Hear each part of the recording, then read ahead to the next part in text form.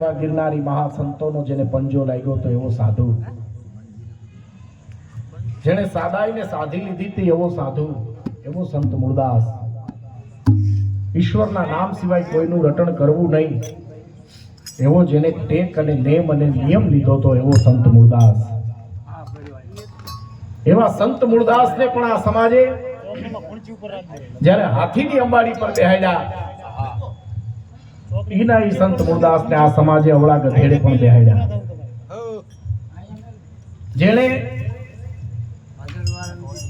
એક અબળા નારી એનો જીવ બચાવવા માટે થઈ અને એનું પાપ પોતાની ઉપર જ્યારે લઈ લીધું, એવા આપણા સૌરાષ્ટ્રના આવા દિવ્ય સંતોની વાણી આપણા સુધી પહોંચે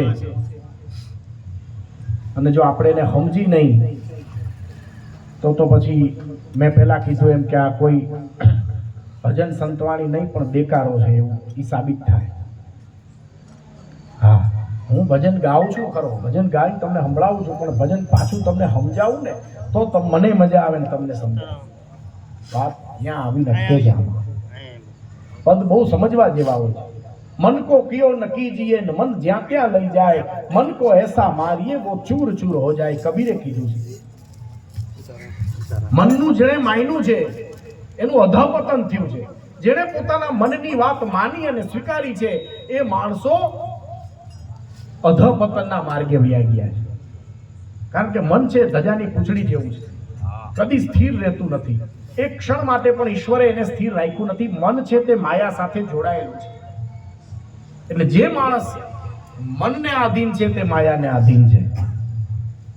એટલે કબીરે કીધું છે કે મન કો કિયો ન કીજીએ, મન જ્યાં ત્યાં લઈ જાય।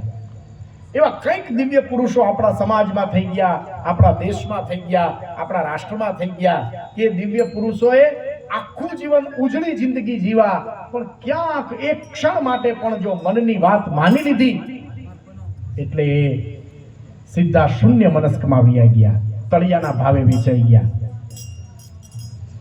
આપણને બધાને ખબર છે કે પાંડવોનો છેલ્લો વંશજ એટલે મહારાજા પરીક્ષિત। ભાગવતની અંદર એની કથા આવે છે।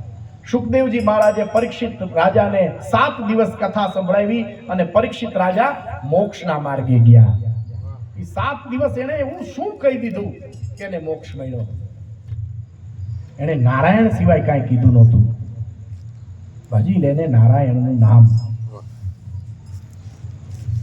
તો નારાયણની વાત એને કીધી, ભગવાન વિષ્ણુની વાત કીધી, શંખ ચક્ર ગદા પદ્મધારી એવા શ્રી હરિની વાત એને કીધી। તો એની બાબતો, એની વાતોમાં એવું શું છે કે મનુષ્ય મૃત્યુ ઉપર પણ જીત મેળવી જાય છે? હા, નારાયણની વાતોમાં એ શક્તિ છે। પણ એ મહારાજા પરીક્ષિત આ હદે પહોંચ્યા કેમ કે એને 7 દીની જિંદગી રહી? આ વાત પણ વિચારવા જેવી છે। પરીક્ષિત રાજાએ કળિયુગ જ્યારે એને સામો આવ્યો ત્યારે એને કળિયુગને 4 જગ્યાએ રહેવાનું વચન આપ્યું કે તું 4 જગ્યાએ રહેજે। એક જ્યાં હિંસા થતી હોય ત્યાં, બીજું જ્યાં મદિરાપાન થતો હોય ત્યાં, ત્રીજું જ્યાં જુગાર રમાતો હોય ત્યાં, અને ચોથું જ્યાં વ્યભિચાર થતો હોય ત્યાં। આ 4 જગ્યાએ તું રહેજે। આ કથા ભાગવતની અંદર છે, કદાચ તમે સાંભળી હશે। પણ કળિયુગ એમ કીધું કે આ 4 જગ્યા મને ટૂંકી પડે છે, હજી એક સ્થાન મને આપો। ઘણું બધું કરી ગયો ત્યારે પરીક્ષિત રાજા એમ કીધું કે હારું હાલ, હવે તું સોનામાં પણ રહેજે। એટલે સુવર્ણમાં પણ કળિયુગને સ્થાન આપ્યું। કુદરતને કરવું।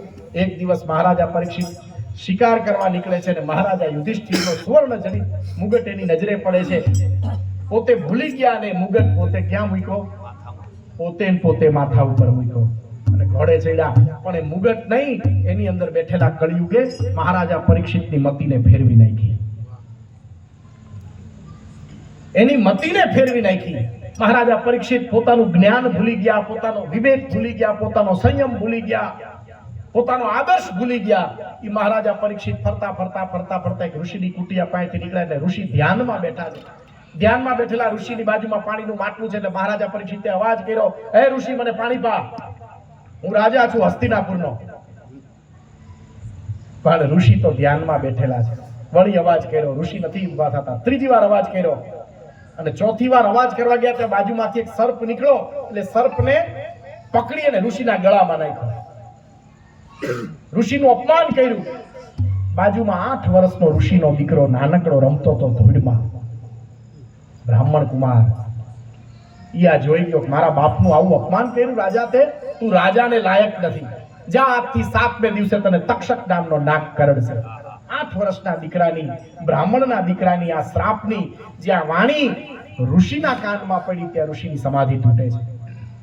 ઋષિની સમાધિ તૂટે છે. ઋષિ કહે છે, મહારાજા તમે વિવેક ભૂલી ગયા, પણ આમાં તમારી ભૂલ નથી. આ તમારી માથે મુગટ ચડાવ્યો ને, એના લીધે તમે ભૂલી ગયા છો. આ મુગટ હાટું થઈને તો આ કેટલાય ધીંગાણા થયા, ઈ ક્યાં તમે માથે ચડાવ્યો? અને ઈ મુગટ જ્યારે માથેથી ઉતરો ત્યારે પરીક્ષિતના પસ્તાવાનો વાર નથી રહ્યો.